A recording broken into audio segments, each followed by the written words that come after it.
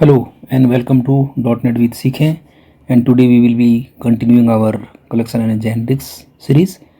So today's topic is stack in C#. So let's get started.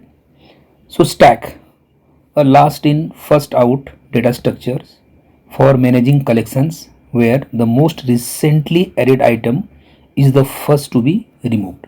So here you can see this is the collection of books. So the last book added here in this collection will be out first, right? So this is the stack. Understanding stack collections. So stack is a non-generic collection from the system.collection namespace in C# that follows the LIFO principle, that is the last in first out.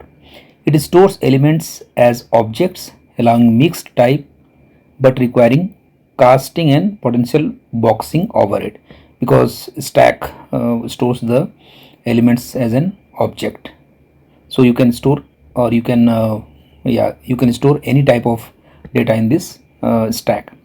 Capacity starts small and doubles automatically on overflow, making it efficient for dynamic collections. Now let's look at the key features at a glance.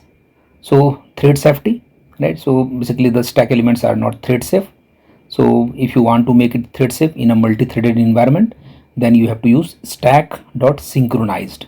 So this is the method through which you can synchronize it, right? So that is the thread safety.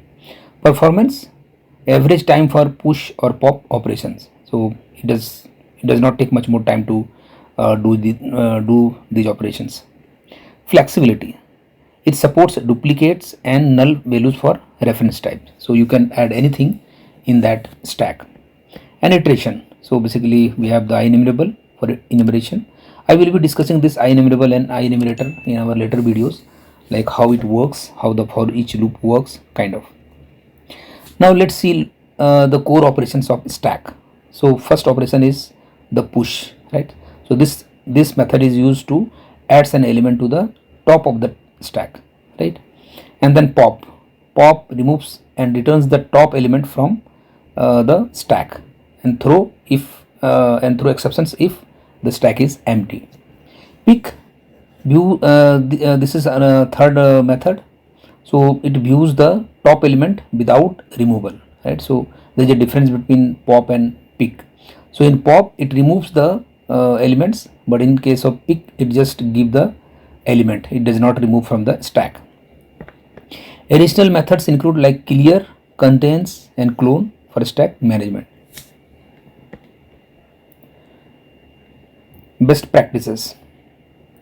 Now let's look at the best practices of stack. So check count before pop, right? So when you want to remove any element from the stack, then you need to check it the count first. So always verify stack has elements before calling pop to avoid exceptions. Use generic stack when possible. So we will be learning the generics in our later videos. Consider thread safety. So again, in a multi-threaded environment we need to use stack.synchronized so that it will not be deadlock situation, right? Avoid large collections. So consider alternative like list for large database. So it is suggested that you should not go with the large collection in the stack.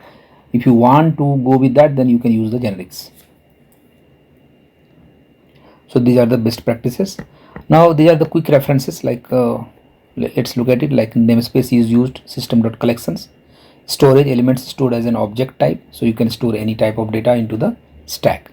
Principles, so the last in first out. So LIFO principle, it follows the LIFO, right? So last in first out. And the null values, supports for reference type, so you can even add the null value into that stack. Duplicates, so allowed in the collections, you can even enter the, or you can even insert the duplicate data also. And the modern alternative, like use stack from system.collection.generics. So as I told, like we will be discussing this generics in our later videos. So let's quickly go through the Visual Studio and look at all these things in actions. Okay, so here I have created one stack object. So how can we create it? So stack is equal to new stack, and then you can push the element in the stack, right? So here you can see stack.push first, and then stack.push 42, stack.push 3.14, or stack.push last, right? So here we are going to print it. So how can we print it? So we can check it whether the stack has the elements or not. So here the stack dot count is greater than 0 and it is in while loop, right? So it will always check. And then we are doing the pop. So pop will basically remove the elements from the last inserted element will be removed first, right? So that is the LIFO. So here the output will be last, this one is the first, right? And then 3.14, 42 and then first. So this is the output. And also here we can check the pick, right? So pick will basically not remove the element. So stack dot push. So let's again push one more element, pick test, and then console dot write line top like stack dot pick, right? So basically it does not remove the element. But yeah, in the next you can see this is the stack dot pop. Let's put a breakpoint here and learn like how it works, right? Okay, now let's move one by one. I'm pressing F10. So in the stack the first element got inserted here, first, second, third, fourth, right? There are 4 elements. Now you can see the last element we have inserted and it is showing in the first, right? So this is ready to remove, right? That is the pop operation. When we will be doing the pop, then this first 0th position, the last will be removed. So here it is better to check whether the element has greater than 0. So because it is in while loop, so when we pop it, then it will delete and then it will reduce, right? So let's look at it how it works. So I did first things. Now if you check, then you can see there are 3 elements now. So that last got removed, right? And then it checks whether the element is count is greater than 0 or not. If it is yes, then it goes inside this and again it removes one more element. Now you can see. So in this way it works, right? Now here you can see there is no element, so it will not go inside this loop, right? So yeah, and then let's check this pick method. So I'm pushing one more element, that is the pick test.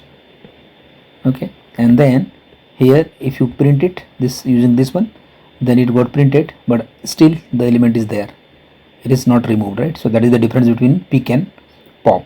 But if you do the pop, then again the element goes away. So this is the stack, right? I hope you understood this concept. So that's it for today and I will see you in the next video. Thank you.